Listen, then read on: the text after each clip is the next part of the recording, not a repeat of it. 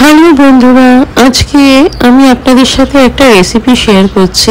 এটা মাছের তেল দিয়ে আমি তৈরি করেছি। তো এই রেসিপিটা খুবই সোজা প্রসেস আপনাদের কাছে, যেখানে আমি ডুবো ডুবো করে কাটা পটল আর আলু নিয়ে নিয়েছি, যেটা আমি গরম সর্ষের তেলের মধ্যে এগুলোকে একটু ফ্রাই করে নেব নুন আর হলুদ দিয়ে। এছাড়া মাছের তেলটাকে আপনারা খুব সাবধানে আগে দেখে নেবেন, অনেক সময় পিত্তি ভেঙে যাওয়ার জন্য তেতো হয়ে যায়, তো সেই জিনিসটা একটু লক্ষ্য রাখবেন। তার সাথে একটু বড় সাইজের পেঁয়াজ হলে একটা পেঁয়াজ, আইদার ছোট সাইজের পেঁয়াজ হলে দুটো পেঁয়াজ লম্বা লম্বা পাতলা করে কেটে রাখবেন, টমেটো কেটে রাখবেন।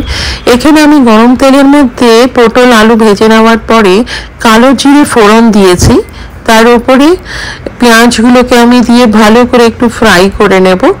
যখন লালচে লালচে হয়ে যাবে তারপরে আমি নেক্সট প্রসেস শুরু করব। এখানে কিন্তু তেল, মাছের তেলটাকে আমি বারবার বলছি খুব সাবধানে একটু নুন হলুদ দিয়ে ভালো করে পরিষ্কারও করে নেবেন। আর তার সাথে এখানে আমি দুটো চেরা কাঁচা লঙ্কা দিয়েছি এবং আদা রসুনের পেস্ট দিয়েছি।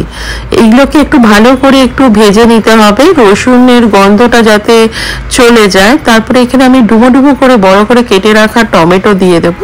এখানে কোনো কিছুই না, একদম ম্যাশ করা হবে না। খাওয়ার সময় যেন প্রত্যেকটা জিনিস পাওয়া যায় সেইভাবে আপনাকে রান্না করতে হবে।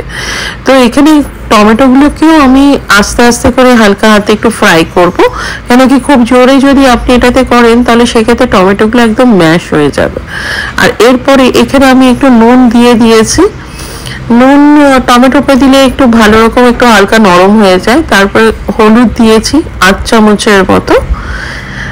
তারপরে এখানে কাশ্মীরি লঙ্কার গুঁড়ো আর লাল লঙ্কার গুঁড়ো দুটোই, সেটা আপনাদের স্বাদ অনুযায়ী আপনারা দেবেন। আমরা খুব বেশি স্পাইসি খাই না বলে একটু কম দিয়েছি। আর এরপরে এটাকে ভালো করে আরেকটু কষিয়ে নিতে হবে।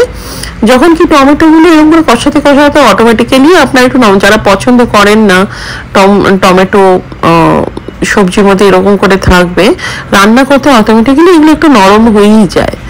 তো এরপরে আমার ভেজে রাখা আলু পটলগুলো এটার মধ্যে দিয়ে দেব এবং একসাথে সব কিছু আমি মিশিয়ে নেব, মশলার সাথে একটু ভালো করে কষিয়ে নেব।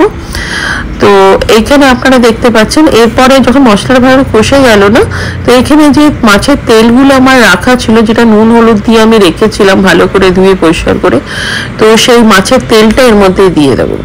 দিয়ে আপনাকে বেশ কিছুক্ষণ এটা ভালো করে কষিয়ে রান্না করতে হবে। আমাকে মানে আপনারা কিছু মনে করবেন না, অ্যাকচুয়ালি আমার ক্যামেরা স্ট্যান্ডটা একটু খারাপ হয়ে যাওয়ার জন্য আমাকে এক হাতে ক্যামেরাটা ধরে নিয়ে এটা করতে হচ্ছে, সেই জন্য হয়তো আপনাদের একটু ডিস্টার্ব হচ্ছে দেখতে। তো এরপরে না আমি ঢাকা দিয়ে দেবো এটাকে। বেশ 5 থেকে 10 মিনিটের ভেতরে আপনি দেখতে পাবেন এখান থেকে অটোমেটিক্যালি তেলটা গলে গিয়ে এখানে অয়েল রিলিজ করবে। যার জন্য আমি বললাম প্রথমে আপনাদেরকে সেরকম কিছু জল দেওয়ার দরকার নেই। দেখতেই পাচ্ছেন এই তেলেতেই পুরো রান্নাটা কমপ্লিট হয়ে গেছে। আশা করি আপনাদের ভালো লাগবে এবং এটা খুবই সুস্বাদু একটা রেসিপি।